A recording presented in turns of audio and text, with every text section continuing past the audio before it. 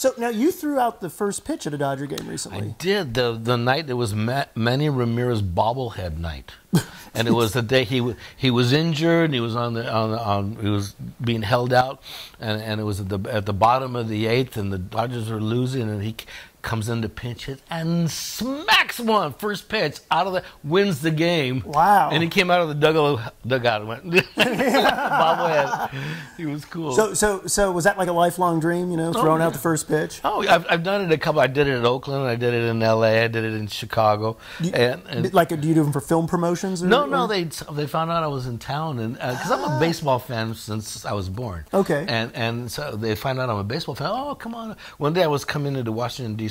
and I came in a day earlier than the gig I had to do, and there was nothing to do, and I'm riding in from the airport, and hey, Washington has a team. I wonder if they could hook me up to get some tickets. I can go to the game. My publicist sitting right there, so she's on the phone. Next thing they know, I'm being driven into the stadium, handed a beer and hot dog, and I'm standing on top of the dugout, welcoming, singing "Take Me Out to the Ball Game." I love America. And now they have a big new stadium in Washington. Yeah, it was a beautiful stadium, and so they put me in the seat right in back of home plate. I mean, right in back. Oh, wow. And so then, and then the Nationals won, and then the next day I'm in my room and I'm packing to leave, and they had the reruns of the game on TV. I'm in every shot. Every single shot. It's kind of embarrassing too, because like say you get a call, you have to take the call, right? Cheech doesn't even really like baseball. I saw, and he was just watching. He was talking on his cell phone, right? Well, worse, my wife. Who's that girl? It was a publicist, like. Oh man, that'll get you into trouble. On the road again. Yeah, maybe. keep it out of the public. It was amazing, but next thing I know, I'm driven right through there. They took me out of the limo, and I'm on the dugout with a hot dog and a beer.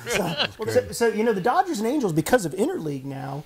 They play. They play. I think it's 6 times a year now. So they're kind of heated games, And I mean, I'm not going to wear my red, to Dodger Stadium. I want to make it in and out. Yeah. And I got to say, the only time I've seen blood at Angel Stadium, and maybe not counting on the field, is the Dodger Angel. One game they actually gave out. The giveaway was those thunder sticks, and they would have thunder, and they don't do thunder stick giveaways anymore.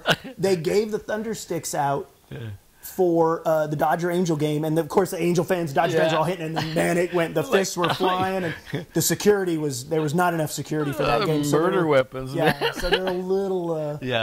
Smart guys. A little more chill now. So. Well, it was interesting seeing the evolution of baseball in L.A. because I was with the Angels PCL, and then the Dodgers came, and then when they first came, it was my favorite team before when they were Brooklyn Dodgers. I don't know why because they were on every Saturday because.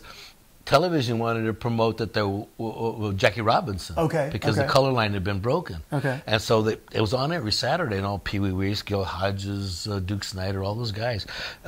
Junior Gilliam, who was one of my all-time favorites. And so when they came out to LA, they played in the Coliseum when they first came in, and it was because of the odd configuration of that oval in the Coliseum. The left field fence was only 250 feet away. It's like Little League. But they had this 50-some foot high screen. Oh wow! Oh okay, because that way it would be the equivalent of if you hit a home run, it would be the equivalent of a 300-foot home run. But sometimes it would take a home run away because you hit a screaming line drive right in the middle of the thing. It would have gone 400 feet. Kind of like the Green Monster in Boston. Exactly. Okay. But closer, it was 250 feet away. Oh man! And so Wally Moon is left-handed first baseman. Wally Moon, the moonshots. The moonshot. He used to hit him over there. Hit him over there. See, this is like memory lane for you. Is like memory lane of like baseball encyclopedias for me. Like I love reading baseball. all these stories, but you were actually baseball broke my heart too, and eventually, I quit it for. I grew up playing baseball. I played in Little League, Granada Hills Little League, Granada Hills Babe Ruth League, American Legion, high school. And then I was going to be L.B. Pearson, who was the littlest guy in the majors, and he played for the Angels. Oh yeah, and he was my hero. He was like 5'4" or something like that. Oh yeah. And he was a little guy, leadoff hitter, base stealer, and I was going to be L.B. Pearson. And then I didn't get a scholarship, and nothing. You go from being an all-star to nothing, and wait a minute, you haven't read the script. I'm L.B. Pearson. See, and it broke my heart. Broke my heart. And so you just gave up on it? Yeah, gave up on baseball and never played again. Wow.